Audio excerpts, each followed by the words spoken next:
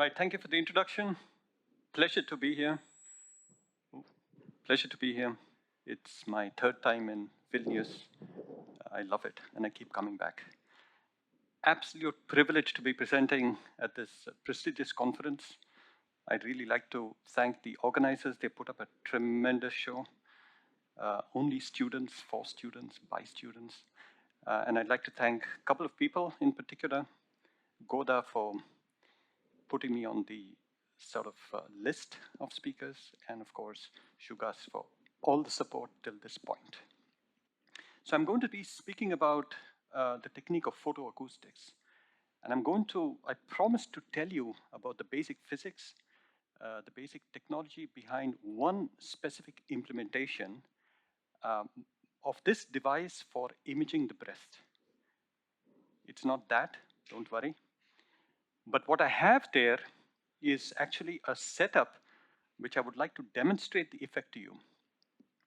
And I will promise to show it to you because it could be that I stand here and scratch my head and I say, it worked when I was at home.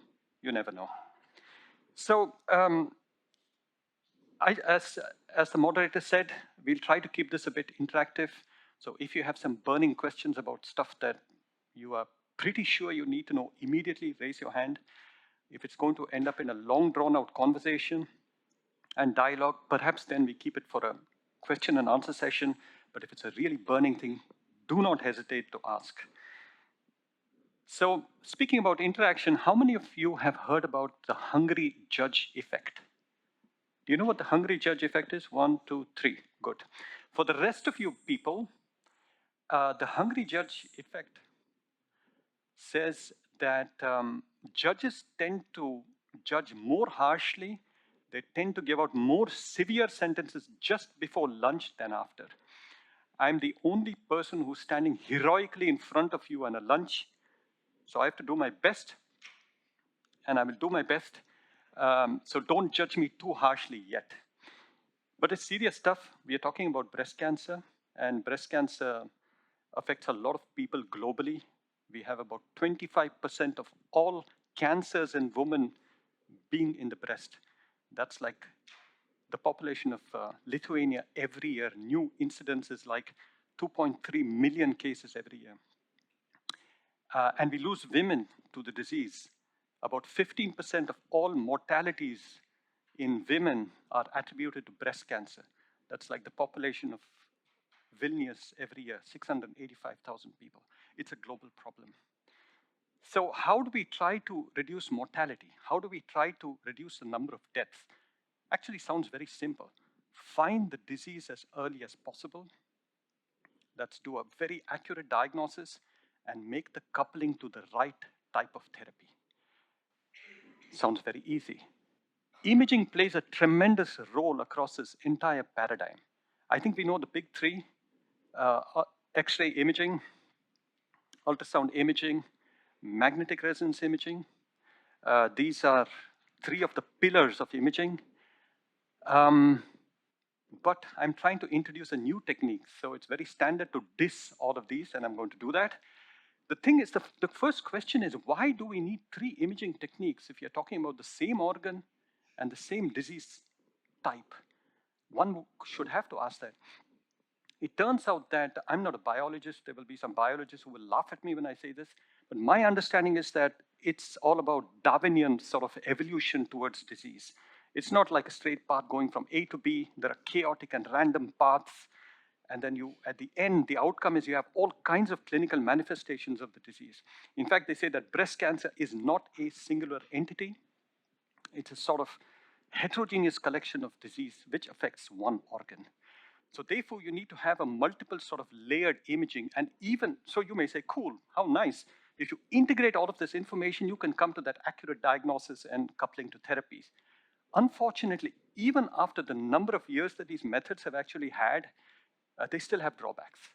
And you can have, I think I'm not going to go through the whole list, but I think you know that X-rays use ionizing radiation. They have often painful compression, but I think the biggest problem is they have a lousy performance when it comes to what is called the dense breast. Here's an example. The breast is an extremely complex organ which changes with time, which is very different from a number of other organs. Go back. So this is the fatty breast, where you can actually have X-rays penetrating quite deeply. This is the so-called dense breast, where you have a large amount of glandular tissue, and this is radio opaque. So trying to find a tumor in there is going to be quite difficult. And then further, ultrasound imaging is fantastic when it comes to sort of evaluating liquid-filled cysts against solid tissues. But discriminating between a benign abnormality and a malignancy is a problem. And the other thing is, if you know that the transducers, the probes are really handheld, they're two-dimensional imaging systems, so they give you a very small field of view, and the operator has to actually scan. So there is a lot of operator dependence as well. MR is a fantastic technique. I mean, the science and tech is so cool. Here's an example of MR where gadolinium has been inserted into the intravenously, and it follows the blood vessels and ends up diffusing into the tumor region. So you can pick up the tumor, and this is a massive amount of tumor actually, which shows up quite well. But all of these techniques do have their problems. MR is very expensive, very inaccessible, but that's not the whole thing. There is, sort of overlap between the behavior of gadolinium contrast within the breast in the case of benign and malignant abnormalities. So again, discrimination is very difficult. So specificity is actually quite poor. Now I've set the stage, I've built up the expectation for this fantastic technique which should solve all this. Please excuse me, we are still working on it, but this could be one of the methods which could work. So the question is, why does MR look at gadolinium in blood vessels? It turns out that tumors begin with some genetic mutation in a set of cells, and they begin to grow without any control. So there is a mismatch between, the balance is lost between tumor suppressors and tumor growth factors, and they begin to grow. And then the cells begin to heap one on top of the other. Typically, it's not a big problem. I would have tumors like this. People beyond a certain age will have tumors like this. Big whoop, not a big problem, because the blood vessels cannot supply all the cells. And therefore, there are dying cells and there are growing cells, and it sort of balance each other out. And the tumor can stay in situ, quietly waiting. The problem happens when there's another set of genetic mutations, which will cause these cells to release growth factors, which cause blood vessels to begin to grow towards and into the tumor. And then the entire colony, as it were, starts to get nutrients and oxygen and can actually move into a region of exponential growth. And this is typically bad news. So when the so-called angiogenic, the process is called angiogenesis. When this angiogenic switch is flipped, you can say that the malignant phenotype has been expressed. So I'm making this very simple. So the biologists amongst us may have other opinions, and there are continuum theories and all kinds of things. But for the sake of this presentation, let's keep it at this level. So MR actually uses gadolinium passing through the blood vessels to actually indicate the presence of cancer. The question is, can we do it without the use of contrast agents? Well, it turns out, if the answer was no, we'd have to stop here and I'd have to go home. But it turns out that light is an option, because hemoglobin and oxyhemoglobin are rather strong absorbers of light in certain regions of wavelength. And here are the usual culprits that are present in tissues. Here we have the absorption coefficient against the wavelength. This is the line of melanin, which is a flat boring line. These are supposed to be physiologically relevant concentrations, so I think this is for a light-skinned person. But you can see actually that hemoglobin and oxyhemoglobin show these beautiful signature peaks, and they absorb a lot more than water, lipids, and all kinds of other things. So it could be a possibility that we could look for blood with the use of light. Yeah, but we are not transparent, I hear you say, and that's true. We aren't. Light can do a lot of cool things. So we know about microscopy. We know that we can get the most fabulous diffraction-limited imaging to be able to look at cells, subcellular organelles. And if you beat the Abbe's, I don't know if people know about it, the Abbe's resolution criterion, you'll get a Nobel Prize of 3. So 2015, we had super resolution microscopies to get the Nobel Prize from Hell, Murner, and Betzig, right? So, yeah, but what's the problem then? Why can't we do microscopy? The point is you can't get deeper than perhaps a millimeter that you can hold those resolutions, because after about 100 micrometers of tissue, you have light scattering taking place. It's like trying to look on a foggy or a misty day. The light is going to hit different refractive index structures, is going to bend off course, and beyond about 1 millimeter, the propagation of light is actually described by a diffusion equation. Think about it. It's like putting a drop of water in an aquarium of, sorry, a drop of ink in an aquarium of water, and the diffusion equation is how you try to explain how light propagates. So it's a mess, it's a cloud of photons. And there's no way you can do kind of X-ray type imaging where the X-rays travel in straight lines and give you a shadow, as it were, of any absorbing structures, which could be from the cancer. So there is the field of diffuse optical imaging. You just shoot light into the organ, breast, brain. I think people who work in, in more areas of the brain, they know about near infrared spectroscopy. And you can get images that sort of light up in a way certain areas, but you don't have the resolution. Like I said, it's trying to look on a foggy day at some features. Not to worry. We like light. We think it's very powerful, especially from the spectroscopy point of view. Everybody knows about pulse oximeters, right? After COVID, I think everybody knows about them. You start with 2 wavelengths of light, pass it through a finger, and you can talk about oxygen saturation. It's so cool. You just talk about light propagation through the finger, and you say something about how good you're breathing or how systemic your oxygenation is. So there's that power of spectroscopy. And we think we would like to use that. The second thing is that light sources are not that cumbersome. They are not terribly expensive, and they don't require the kind of infrastructure that MR or something needs, and all kinds of other things. And so we try to use light, but we don't detect light, because light is scattered. Why would we detect the scattered properties? We try to look at something which is directly being absorbed by blood. And that's photoacoustics. As the name suggests, you have light to excite, but you measure acoustic waves. And so what we do is we excite the tissue with nanosecond pulses. So here's a cross-section of the breast. So this is the breast. These gray things are just some light injection points. The light comes in nanosecond short pulses.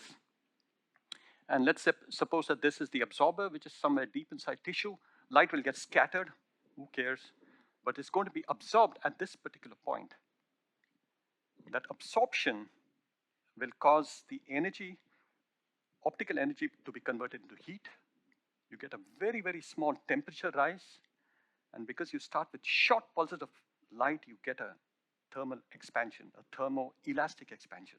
So it's like a mechanical wave is launched from where the light was absorbed.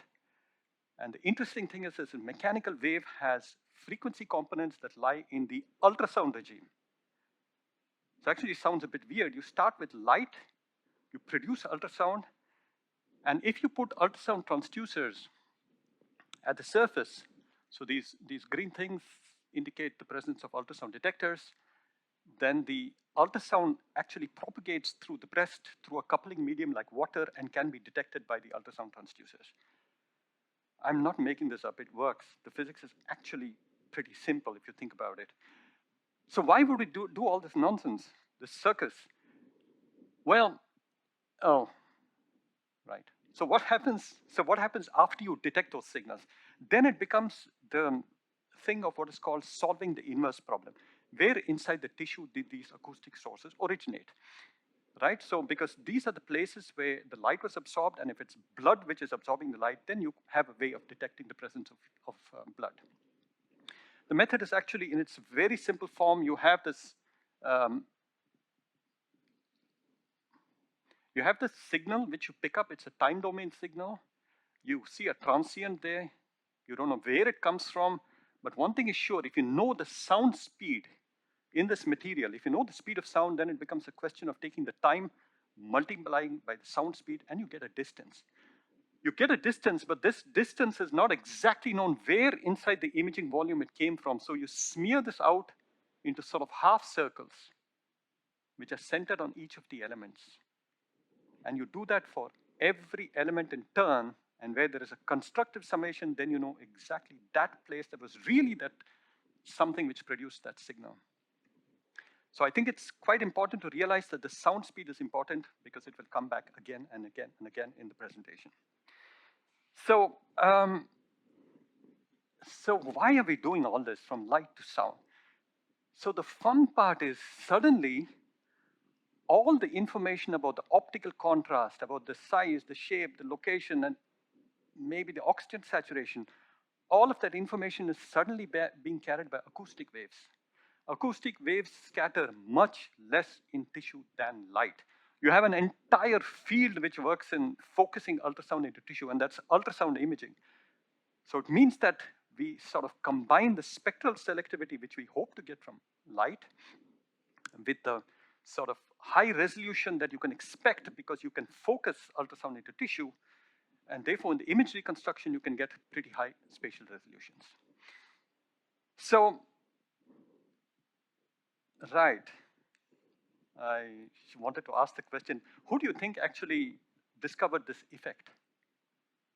Hands up, hands, or just yell out. Who do you think discovered this effect? I will repeat the question. Who do you think discovered it? Ah, come on, you must know this. No? It was Alexander Graham Bell, the granddaddy of telephony. He was such a fantastic engineer. So after he was done with working on the telephone, he sold it to his patent to the company which ultimately became the Bell Labs.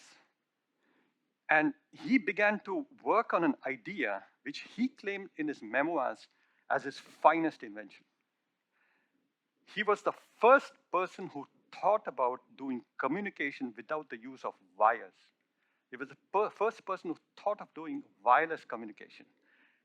And he developed this idea, which he called the photophone. Oops. It was so cool.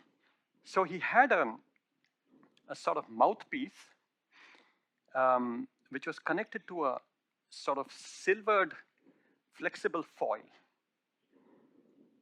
And he focused light from the sun onto that silvered material. So I think you get the point. So when you spoke into the mouthpiece, you would have vibration of this mirror. And at the far end, he had a parabolic mirror. And right in the focus, he had a selenium. These days, we know it's a semiconducting material. In those days, they had just learned, a year before, they had just learned, there was a paper in Nature which said that selenium has photoresistive properties. So the moment you have light intensity falling on selenium, the resistance changes. It was so cool of this guy to actually apply it. He put the selenium piece at the focus of this parabolic mirror. So when you spoke into this mouthpiece, the light was sort of modulated, which fell onto the selenium piece, and then he had a telephone receiver. But there he cheated a little bit, so he was using a telephone receiver. And then the sound was dancing on the light, would be captured here, and would be heard by some dude sitting far away. He was able to transmit data across 213 meters. I mean, this is not a joke. We have lasers these days, we have all kinds of detectors, 213 meters. So there's no secret now, so I've got a replicate of his device. And, but where does the photoacoustic effect come into the picture. We are talking about light modulation and so on and so forth. So this was a serendipitous discovery. So this is a paper which I found when I was doing my PhD in India. We had, in the old days, all the journal versions. These days, I think the library is closed down, everything is online, but you could go there and search, and I was working in this field, so I searched for it. And he says that in his very large and very long paper, while he was fooling around with selenium, he realized that any absorbing material which was placed there would actually produce sound itself when you had modulated light falling on it. And that is a little bit the photoacoustic effect. The previous one is just a photo conductive effect of selenium, but this was really the same business. Light comes in, produces heating, produces some sort of acoustic wave. I'm not going to read it out. On the whole, we feel warranted. If he says that, you know, he means business. And he developed another system where throughout that selenium receiver, throughout the telephone circuit, we just put some absorbing material into an ear trumpet, and that's it, completely passive. No electricity coming into the picture at all. So this was his version of the photophone using the photoacoustic effect, and they were able to bring it to 40 meters. Again, not easy. So of course, this this method of transmitting transmitting speech with the use of light in this particular form went into the footnotes of history because Marconi discovered radio communication and things began to go a lot easier. However, if you think about it, wireless communication these days takes place via optical fibers with this particular idea. So it's not bare beam in air, but it's really via optical fibers. So the great man was a visionary. So now I'm going to try and show you. I'm going to show you this demo, and let's see if it works. So what I have here is a light source, and that light source power supply is connected. I'm not going to speak into it. We could do it, but it's a little bit more complicated. I've connected it to my telephone, and my telephone can have a recorded, let's say, voice message, or I can just put my Spotify list on. I think I'll do my Spotify list. And this light is going to travel, very obviously, into a parabolic mirror. And at the tip of that, there is a vial. There's a piece of, there's a little tube of glass, which is sort of hermetically sealed. And at the tip of it, there is just carbonized cloth, just cotton. So it's black, it's really black. And I think you understand, so the blacker it is, the more absorption there is, the more efficient is heat formation. You know it, if you wear a black t-shirt and go out into the sun, you feel a lot warmer when you wear a white t-shirt or whatever. So this signal, here we do a little bit of cheating because we do use electricity. We send it to an amplifier. You could we can do it with a stethoscope, but I can't call each of you to come here and put that on, but we have done that. And then we send it off to a speaker. A little bit of cheating, but the photoacoustic effect happens right there. So let's see if this works. For the same reason, I can stand here and scratch my head and say, yeah, it didn't work. Let's try. What do you think? Is it going to work or not?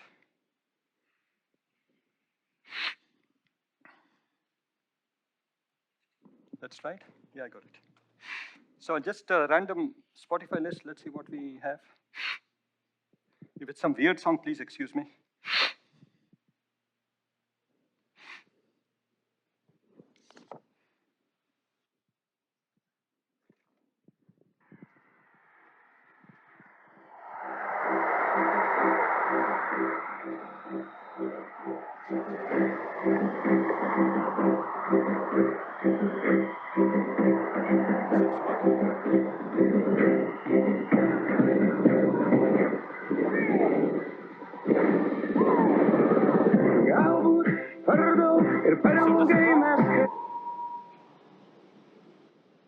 So it's being carried by the brain. This is a random on my list of Spotify.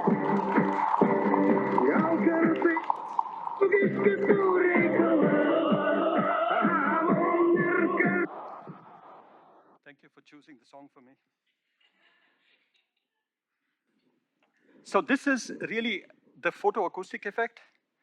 But what's the point about breast cancer and so on? Does it really work?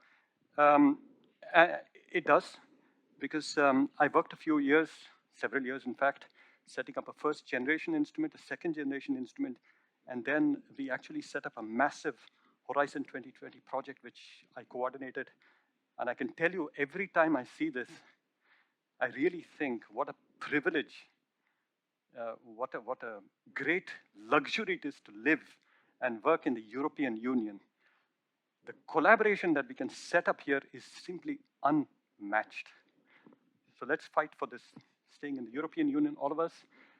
So what we did was to actually have many collaborators from all over Europe to come together to, for the first time, try to collectively build the new generation instrument, which we call PAM3, Photoacoustic Mammoscope, third version.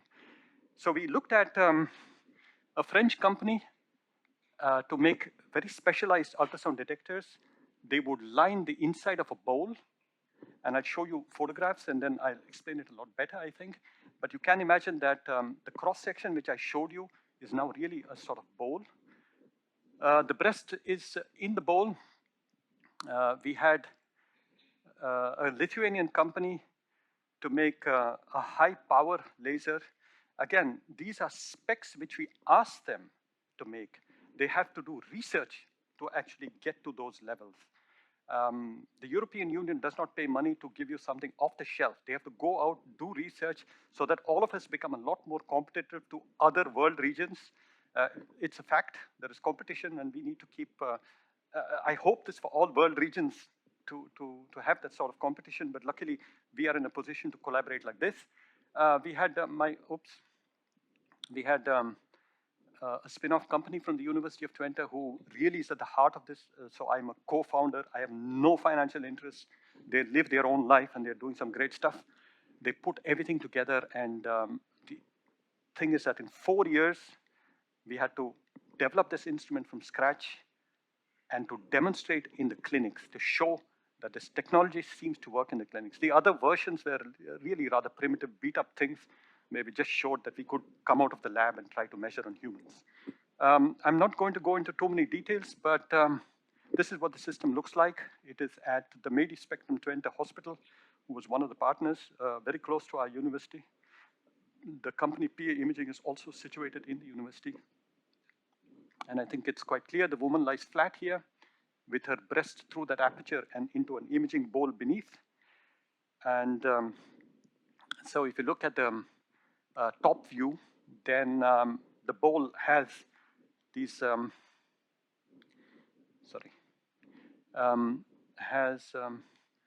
gold discs, the gray discs are terminations of optical fibers, and they lead to lasers which lie under the bed. The golden discs are ultrasound transducers. There are several of them, and the entire system, the core of the system can actually rotate around the breast and pick up more and more projections. The more projections you have, the better is the resolution. So here it is what it looks like in cutaway form. We built this really in 4 years flat. It was a very intense period. I can tell you that the spin-off company from the university did a lot. Laser companies did a lot, and of course the young PhD students, they really had to work extremely hard. It was one of the most fascinating periods of my entire career, and I would like to, I promise I would never do this again, because I think I got gray hairs during that period. Also during COVID, I think all of us suffered during COVID, so we understand what that means. But a little bit about XPLA. They make really fabulous lasers.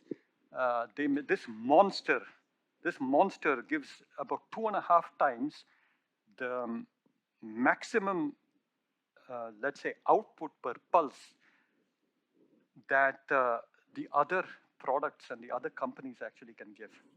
So that's 2.5 times. That gives us so much more energy to illuminate a breast which is rather big, whereas most of the other applications actually work on superficial type of imaging and so on. Complex set of optical fibers. This was just testing in the lab. And some details about the ultrasound. Oh yeah, some more details here, of course.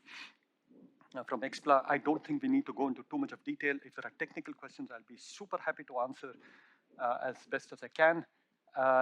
Something about the detectors, but we can also skip this. Unless somebody says, no, I want to know about this detector and so on, I will be happy to tell you as much as I can. But I think what I would like to tell you is that the PhD students who worked on this, so we were racing, so each person was actually building a different module. And the PhD students were waiting for testing and so on and so forth.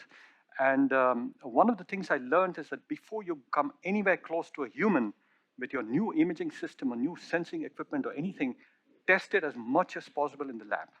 And for that, we have what are called phantoms. And phantoms are test objects in their simplest form to something which is a lot more complex than simple putting together a few materials. And I'll just show you the list of subjects or objects that we made from very simple structures which just absorb light to look at, you know, the response of the detectors, to look at, you know, resolution and so on, all the way through till this thing, which unfortunately I don't have images of.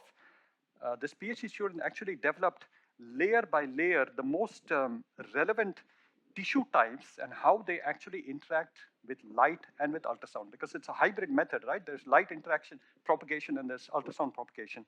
So she found materials which replicate these two interactions as good as possible, and she made layer by layer, fatty layer, glandular tissue layer, and put some blood vessels in there to flush blood. And then we did imaging to figure out if the system is working well, do we have to do image reconstruction algorithm, optimization, etc.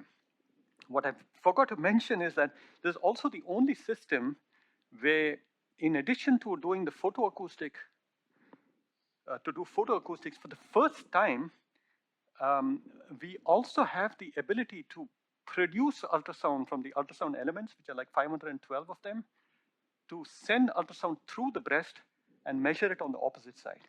So you can do what is called travel time tomography, and you can actually measure the speed of sound in the material. And I told you that early on, that for the image reconstruction, you need to have an idea of the speed of sound. Normally, people just assume one speed of sound for the entire material like they do in an ultrasound system. Ultrasound system, there is a number which is hardwired into the system. Ultrasound sends ultrasound into the breast, measures the echoes, but the travel time is just a hard number which they translate into a distance. But you know that's not true. Every tissue type has its own speed of sound. So for the first time, we can measure speed of sound, and I'll show you how we tested that, because, sorry guys,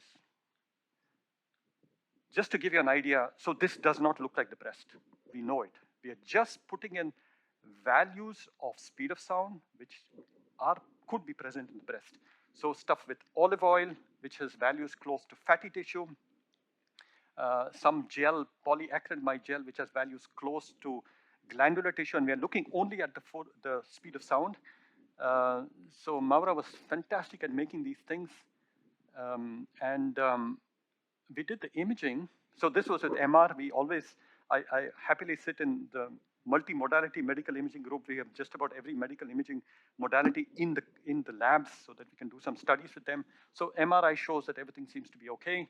I won't go into too many details of this, but the idea is that you send, please don't get confused, now you send ultrasound from one source and you pick it up with the detectors on the opposite side, and you can write the equations down, and in the wave equation you will see that C, which is it should be V really, C is the speed of light, how silly.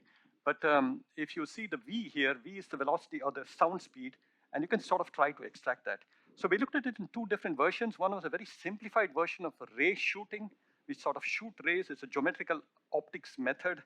And we look only at the travel times, obviously, right? How much time did it take to traverse a distance? And you can do time-of-flight tomography and get an image.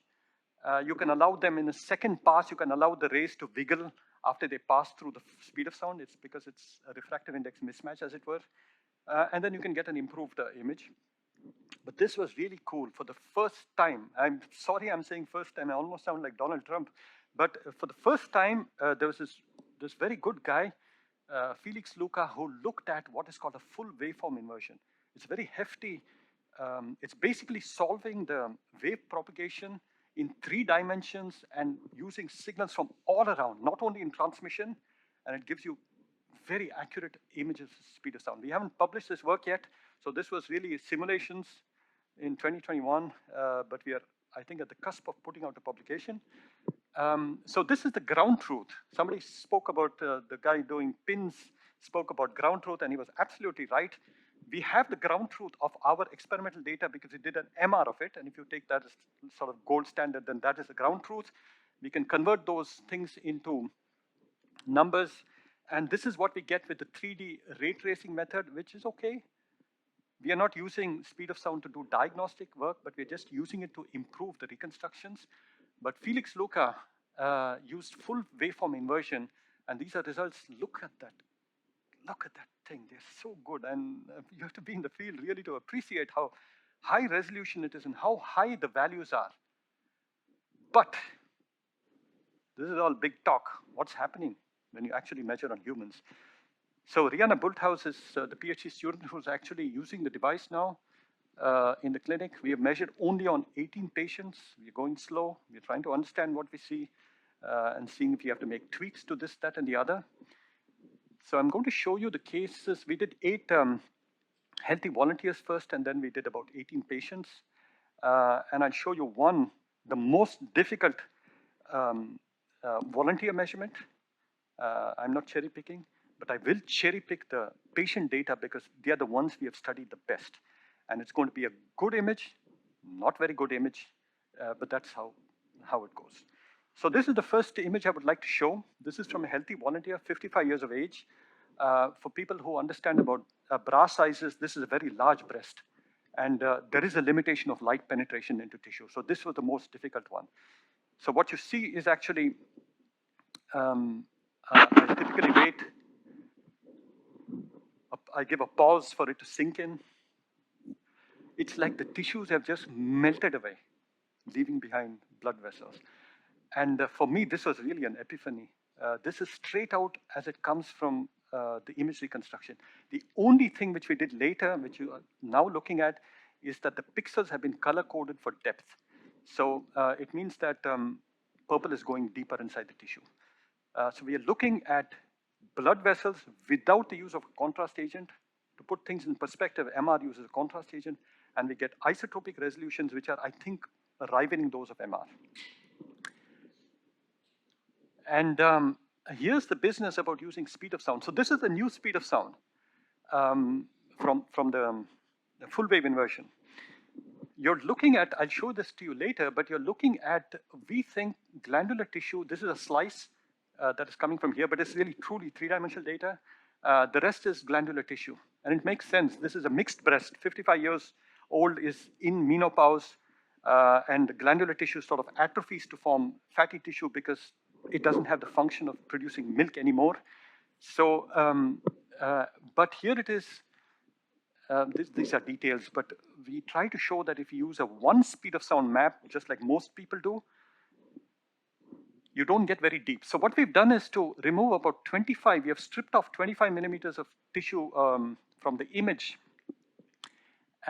25 millimeters for light is a hell of a lot. And we're trying to look at what we see. So we see some pixels here and there, and maybe they're blood vessels, maybe they're not. But if you add a 2 speed of sound, basically make an assumption for speed of sound in water, which is typically known, speed of sound in the breast, then it already looks quite nice, actually. These sort of things are reminiscent of blood vessels, but you really need to have the 3D, full 3D speed of sound map, and in this very large breast, we can go down till about 50 millimeters. So we are preserving resolutions down to 50 millimeters with the use of light. So we're really looking at blood vessels deep inside the tissues. I'll skip all this. I spoke about oxygen saturation. To solve for oxygen saturation is not a trivial problem. That's really making some of the best computational and mathematics people to scratch their heads. I've given up a long time back, but I collaborate with people who, it's become so specialized now. And what we did was Maura, the PhD student, she fooled around with just ratioing. It's not the right, it's not really quantitative, but she can tell which are possibly the veins and possibly the arteries, which is a cool thing. It's a start that we are actually trying to extract something about oxygen saturation. Why is oxygen saturation important? Because we think that but at a cancer, there's a lot of stuff going on. The metabolism is very high. It means that perhaps the cells are eating up oxygen much more. The oxygen consumption is much more than healthy tissue. So that's a little bit the idea. So going further, I made everybody curious. Oh, let's skip all this.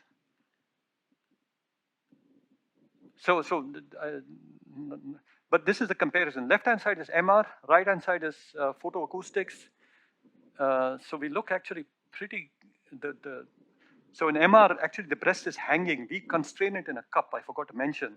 So it's a little bit tricky to find out where we are. And so photoacoustic, speed of sound, and MR. So if you look at that, the tumor region looks pretty much like MR in speed of sound. And that's very cool because in the first instance, we thought that speed of sound would only help us improve photoacoustic reconstruction. But the thing is actually looking a bit like MR, and MR has been around for a long, long time, and this is rather new stuff going on. So what about patients? Case one, it is in built up expectation. I don't know what you would be expecting, but I'm just going to present what we've seen. So it's an invasive carcinoma, so really infiltrating carcinoma. This is the MR image. So it is a subtraction image of pre and post contrast gadolinium image, very beautiful. You can see that the blood vessels are present. The contrast agent sort of leaks out of the blood vessels and gets inside the tissue, so it works very nicely. What about our thing? We see a lot more than MR. Maybe a good thing, maybe not a good thing. We see blood vessels in any case a lot. If we make a comparison, we can see a few features coming up in both. You can see those branchings in there as well. It's a new type of contrast, so we are trying to look to MR to tell us where we should be searching. So this is the region where we should be zooming in, and this is what we see. MR again, this is what we see.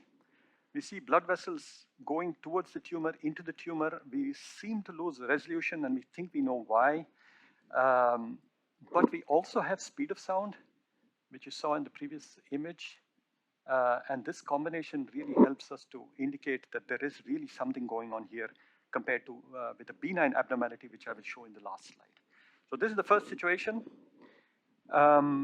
Case number 2 is also an invasive carcinoma, but here it goes rather wrong, and we don't understand fully why. So here's the situation with MR again. I think you are now familiar with the images. This is what we get with photoacoustics. We see the feeding blood vessels, but inside the tumor site, it's like silent. And we have some ideas why that's happening, and we're trying to work on this. But again, we are very lucky that somehow we have speed of sound as well. And if you actually overlay the two, then it begins to make sense. The blood vessels are heading there. There is an elevated speed of sound in that region. So perhaps this could help us. So the combination, the hybrid photoacoustics and ultrasound together in one instrument, in one sitting, it takes 5 minutes per breast. And we can actually make that even shorter. But right now we oversample. We are all engineers. We oversample everything because we want to see the best resolutions and so on. 5 minutes per breast. And with that, let me wrap up by saying that we get pretty good resolutions, rivaling those of MR. We can get pretty deep inside the breast. We think we are hybrid. So this is the case of what is called a fibroadenoma. A fibroadenoma afflicts younger women. It is a benign abnormality. What we do see is that there are blood vessels that are sort of circling. They're called, I forget the name, capsular blood vessels. They circle this particular region. And we get, this is the MR image, but our ultrasound image is not bad at all. So if we get an overlay, then perhaps we are okay. Perhaps we can do as good as MR without the use of a contrast agent, because we can do functional imaging coming from blood vessels. Hopefully we can do oxygen saturation imaging in the future, and we have anatomic information that comes from ultrasound. And with that, I'd like to point out to the people who've done the work. Massive, massive contributions, really massive contributions from people. And I think this is the only way we could have brought it so far. So the publications are on the way. And of course, there are lots of challenges. We don't have to go into these details, but it's going to keep us all busy till the day we retire, I think. Thank you.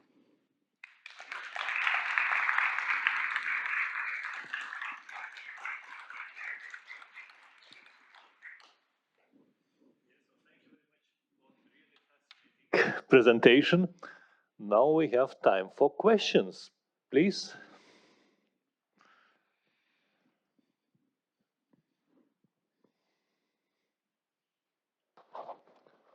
Thank you for your talk. What is the origin of the thing that the tumor itself does not give acoustic response? Right. So, so what we've done, so one could say that people say, you know, the tumor could be necrotic. Okay, I'm just saying these are the old thoughts we had, that because there is hardly any blood getting there towards the center, the core of the tumor, perhaps we don't see it. But that's not true. We actually had somebody at the Dutch Cancer Society to actually look at the actual material which has been taken away by the patient in a method which is called tissue clearance and basically confocal fluorescence microscopy with multiplexed stain. So basically it's like 3D histopathology. And there they have shown us that blood vessels are there in the center of the tumor. But what the interesting part is, I think I have a slide there, we can always pick it up, that the blood vessels that come towards the tumor have a certain caliber, they have a certain diameter. When they cross the border of where the tumor is, they suddenly become so thin. And this is a great epiphany for, not only for gooks like me, but also for people in the, he's a cancer biologist. He said, this for the first time we are looking at this. They've done six cases, out of which 3 we have images from. And what we've been able to see is that the caliber of the blood vessels is suddenly falling. And that means that we are probably not having the resolution in this system to pick up those very tiny blood vessels. However, one could say, who cares about the resolution? Why do you want to see individual blood vessels? We don't need to, but you should have a contrast. Who cares if it's a blurred image in the center of the tumor, as long as you have a number and as long as you have a signal. So that's where the hypothesis come about. So it could be that the light which crosses from healthy tissue inside the tumor gets a lot more scattered. And actually, I mean, people have opened up the breast, and my PhD students have actually to send the material to do the 3D histopathology. They actually look at the tumor. It looks a bit whitish.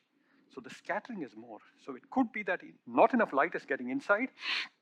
The other thing is that we know that in ultrasound imaging, that tumors also sort of reflect more ultrasound. They even absorb more ultrasound. You have acoustic shadowing if you do purely ultrasound imaging, which means that even if a signal was, even if enough light was getting there, enough signal was produced, perhaps it is sort of bouncing at that interface and staying inside, or at least not much coming out, or it is getting attenuated or something else. So this is the situation as it stands. We have ideas to actually work on all of these, and that's the next project proposal that we are sending out, because, I mean, we are close, I believe. But it's a good question, and it's something we don't have really the answers. I can just give you the hypothesis, and not many people have talked about this before, because there is a tremendous competition in the field, and everybody's trying to struggle and figure out on their own. Nobody's really talked about this at conferences. I am shamelessly talking about it everywhere we go, because we have to learn from it. So there's a group in Caltech which has measured on 9 patients, and they hit Nature Biomedical Engineering. Ours is a better system. Trust me, it's not for anything else, but we know what they are doing and what we are doing. Ours is a better system, and I don't know what they are doing that in those 9 patients, they do see some signal from inside. I don't know. I don't know what's happening. It's a very good group. It's a very trustworthy group, so I have great respect for those guys. So we have to figure out for ourselves what's happening. Thank you. Very long answer, sorry. I think I went all over the place. Yes, I have a bit of an engineering question. So I would assume that the position and the angle of the detectors needs to be very, very precise so that you get good resolution. And my question is, you have this device where a person lays on the device and people breathe, they move around, micro movements. So how do you ensure that the position of the detectors themselves don't move around too much? Right. So the detectors that we have, the ultrasound. So light you don't have to focus it. You just dump it, right? So it's not like microscopy where you need to focus. We just want as much light to enter the breast as deep as possible. For the ultrasound detectors, you also don't need to focus physically. You just try to pick up. Each of them will pick up in a certain cone, and you have cones next to each other. The focusing or the beam forming you do in the image reconstruction. You do that by, in the simplest way I told you about smearing the data out. So you do that from all around in your computer, and then you do the so-called focusing or the beam focusing or beam forming in your computer. So you're physically you don't need to focus. Okay, yeah, I think I understand. You don't seem convinced, but so in ultrasound imaging, the older versions of ultrasound devices, they actually focused ultrasound, and then you picked up signal only from that volume. These days, what they do is they do what is called plane wave ultrasound. They just dump ultrasound in there.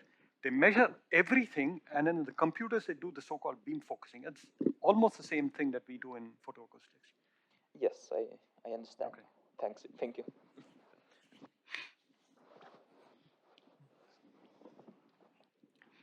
Thank you very much.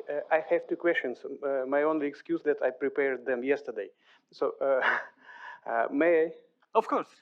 Thank you. So the first one, in your prototype, you did use OPO as a light source. For future devices, is it really necessary to use OPO, or one can use a single wavelength laser? Right. So so the question is, we used a so-called optical parametric oscillator. So we start with an Nd:YAG laser and we get a fundamental wavelength, 1064 nanometers. Then we pass it through the OPO, that is the work of XPLA. And then that allows us to actually scan the wavelengths from 650 nanometers to about 980 nanometers. And if I go back to that slide, which I don't remember which one it is. Not bad. So if you go back to this slide, then you see that a lot of interesting stuff with, the spectral signatures of hemoglobin and oxyhemoglobin are actually pretty nice in this region of 650 till about 900 nanometers. So what we are trying to do, it could be an overkill. You're absolutely right. It could be an overkill, but we are trying to measure something that allows us to extract the difference between oxy and deoxyhemoglobin. And it is a bit of an overkill, because if we identify the best wavelengths, pulse oximetry works with two wavelengths only. We could perhaps have two lasers next to each other with single wavelengths, but we don't know which are the wavelengths we need yet. So this is a research project. Therefore, we try to extract all of the information. And I told you that quantitative photoacoustic imaging for oxygen saturation is one of the very difficult problems. So in this particular prototype, we want to use all the data possible, figure out how much accurate oxygen saturation we can measure. And then I think we will say 2 wavelengths are enough. We have just 2 wavelength lasers. Okay. And then it will be a lot cheaper, because these are terribly expensive devices. Yeah. And what about pulse duration? Is there any difference in ultrasound quality? Yeah. Right. So this is not a simple thermal expansion. So thermal expansion is like your jar of pickles is not opening, and then you heat it up a little bit and then you can loosen it. That's not that. This is thermoelastic expansion, which means that there are certain regimes that you should try to work in. And the regime, very simply put, there is something called stress relaxation time and something called heat relaxation time. So it means that when the light is absorbed, if you wait very long, then that heat will sort of dissipate. So the conversion to the pressure is going to be very inefficient. So you have to work with very short pulses. So long story short, if you do the simple calculations for the heat relaxation and stress relaxation time, you figure out that you are okay with anything about 50, 100 nanoseconds. So we work with 5 nanosecond lasers at this point in time because they're the most efficient to make with the Q switch. I'm not a laser expert, but with Q switches and so on, they're reasonably practically possible to make. We don't have to go to femtoseconds, which are terribly expensive lasers. Microseconds will definitely not work, but we need to be in the sort of sweet spot of nanoseconds. Having said that, there are people who work with LED type discharges, light emitting diodes. They sort of overpower the power supply, but they get about 100 nanoseconds. Even that is okay. But if you want to have the most efficient conversion of the light energy to heat and therefore ultrasound, you have to stay within the nanosecond pulse regime. I don't know if you're leading towards some solution you may be having or some other options you may be having. I may ask you after Okay. the discussion. Okay. And my second one, do you consider any other techniques?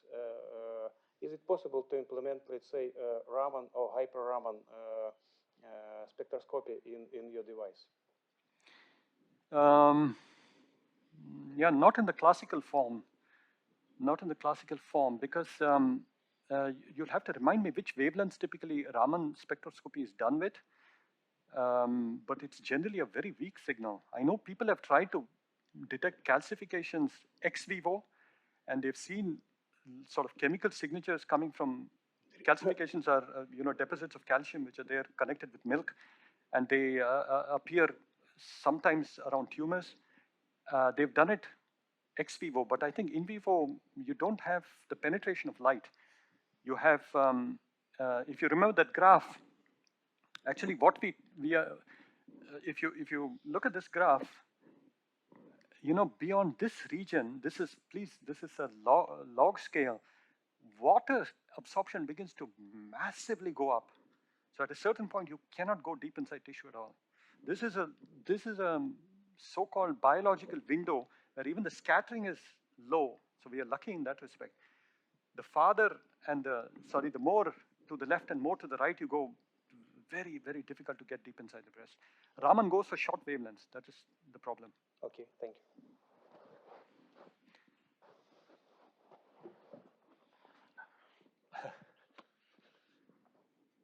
First one, and very naive. Since you're dealing with light, have you, and I understand your talk, but have you considered maybe using a contrasting agent? Right. So, if you look at the MR, the reason why they look at the entire mass of the cancer is because that gadolinium is very tiny molecules. They extravasate. They get out of the blood vessels. The blood vessels are abnormal. The cancer blood vessels are abnormal. They have leaky. They have shunts. They have all kinds of weird tortuosity, and there is a lot of leakage. So the gadolinium gets out and sort of diffuses to some extent inside the tissue. That's why they see the mass. We are looking only at blood, which is in the blood vessels. So that's a bit of a problem. So if we try to go the MRI way, then we need to have an agent which can leak through the blood vessels and perhaps diffuse into the tissue. People are trying to use fluorescence, let's say ICG, indocyanine green, I don't know if people know it. That's been approved for use in humans for very specific applications. So that has been, fluorescence is that you absorb the light and you give out light. That would be a lousy photoacoustic agent because the de-excitation, we want it to be completely in heat. We don't want light, right? So there are people who fooled around with ICG and sort of killed its fluorescence so that it produces everything in heat. I've not touched it yet because my thing was all we are contrast agent free, but in the end, I'm beginning to fear that we may also have to get into contrast agents. So I have collaborations with Groningen and a couple of other places. There are some people who've done contrast agent photoacoustics in small animals, but perhaps we have to go to contrast agents as well. It's a really good question. I give very long answers, I'm sorry. I don't know if I answered your question, but Hello, thank you very much for a very nice presentation. I am very impressed. I am from National Cancer Institute, so cancer is my top topic. I saw you. I saw Yeah. you. I think at some point. I hope you didn't roll your eyes and say, "What's he talking about?" No. Okay. Everything was perfectly fine, and we are looking for new diagnostic methods, and this is very interesting. Well, this kind of slide is the most important slide in our work also. But I have a question. You talked about this 800 till 1 micrometer, yes. And what about something that goes to the right between 1000 and 1200, which is like lower absorption of water? And maybe you can do the photoacoustic imaging of collagen. Have you think about that? Maybe it would help you not to visualize the capillaries or the vessels, but perhaps you could go to the dense tissue imaging because collagen might be present there. Have you considered that? So it's a really good point. We've heard this. I've heard it once before, asked last year, in fact, for the first time. The problem with collagen is you can actually see it there, the green one. So it is very difficult to resolve this from any water absorption. And it's very difficult. So there's one group which claims that they have imaged collagen, and that's come in a rather important publication. But to be honest, within the imaging community, we are not completely sure that, I don't dare say anything about that. Let us say that some of the other experts say that they perhaps measured an artifact. Because I think it's very difficult to resolve from water. It's a difficult wavelength to work with because you're going to have problems getting deep inside the breast. So the first question is, can you work with 1100 to 1300, you said? Not our laser, but we have other lasers which can work. So that's the first question. You can use, I think the gentleman there will know more about it, but you can use that second window and try to do imaging. Some people have used it for superficial imaging to look at plaques in intravascular type of application. They try to look at plaques and figure out if different lipids are involved with different types of plaques, vulnerable plaque and so on and so forth. So people have used those wavelengths. So they are there, not in our laser, but we can get it. I think it's going to be very tough. Having said that, what we have always planned to do is that I also have a laser which goes in that region, is to simply try out in the lab, take some collagen, take some fat, take some water, and build a simple model and see what's happening. So I think it's on the list of to-dos, but we haven't done it yet. Yeah. That's a good point. It's a really good point. The tumor microenvironment, they say that collagen could be one of the sort of not implicating, but one of the... I cannot say for sure, but yeah, we are in some other studies analyzing collagen as it might be related to some... Right. So I told you about this 3D histopathology, which the guys in the Dutch Cancer Institute have done. There they stain for many different things. They stain CD31 for angiogenesis. They stain GATA for something, for breast cancer cells. They do second harmonic generation, and they can look at collagen. Collagen lights up. It lights up like crazy, so it is there. Yes. So this is what I was talking about, other studies that you are using second harmonic generation of collagen. In fact, to be honest, the guy got terribly excited when he saw the amount of collagen there. He said, we have not, for the first time we are seeing sort of proof that something is going on with collagen. So we are hoping for some big impact publication. I'll be mentioned somewhere, thank you or something, but those guys are very excited about it. I forgot to mention, I think I have a slide, I can show it to you later. Thank you. But non-invasively is going to be tough, I feel.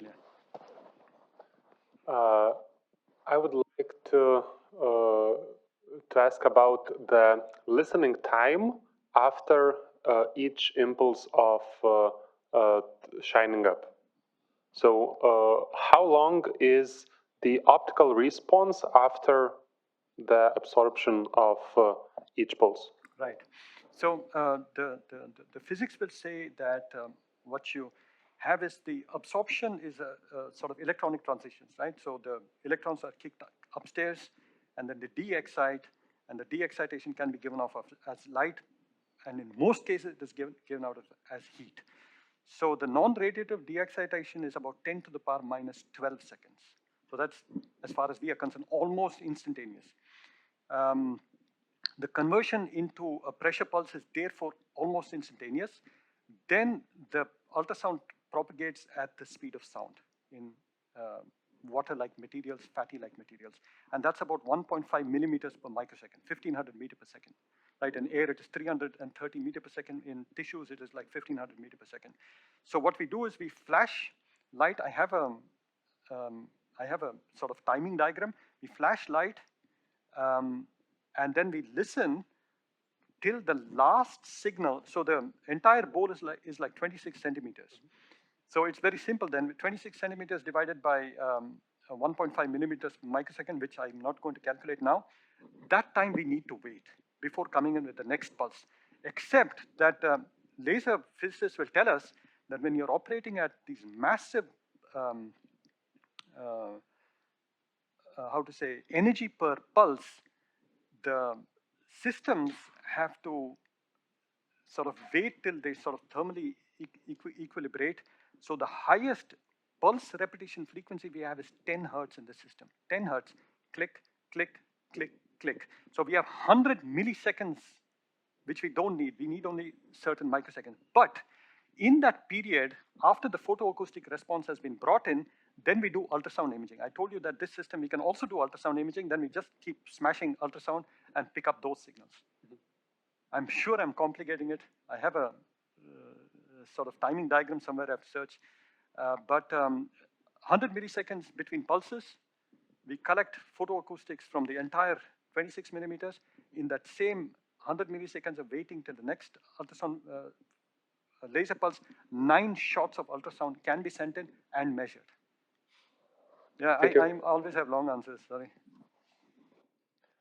Yes, so do we have more questions? Oh, yes. Let's continue. We still have about 5 minutes. Thank you for the presentation. So I have a question about the wavelength. Does the instrument use the ones to construct only the blood vessels?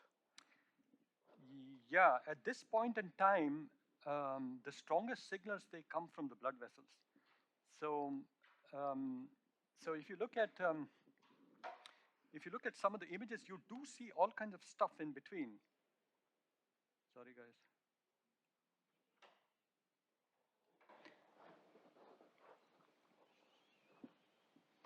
We tell our PhDs, don't do this. Just go straight to, yeah, we have, come on. So you do see stuff. You see all kinds of things going on. So what they are, we don't fully know. But blood is the strongest absorber inside the tissue. But there is always absorption by water. There is absorption by lipids. And the only thing is that we made this system with the pulse durations to actually look at structures which are like less than a millimeter. And if they are concentrated together, then you would have the blood vessels which show up the most signal. So we are seeing signal from fats and lipids, and there is a group which tries to actually extract also that information. We haven't done it yet because it's a difficult problem really. So right now we are concentrating on blood. We think we would like to get oxygen saturation, and that's difficult enough. To also try to extract lipids and water is going to be very difficult. They worked with 22 wavelengths. We work, I forgot to mention, with only 5 wavelengths. From 650 to 950, we pick 5 wavelengths because otherwise it takes too much time. So as mentioned, so by using different wavelengths and different tissue types, do you think we can get higher like structural resolution, like MRI, so we can have like more clearly see the structures? I think our speed of sound images, they give us what you see in T2 weighted MR images. We can see that kind of detail. And again, we have only scratched the surface. Speed of sound is just one silly thing that we can measure.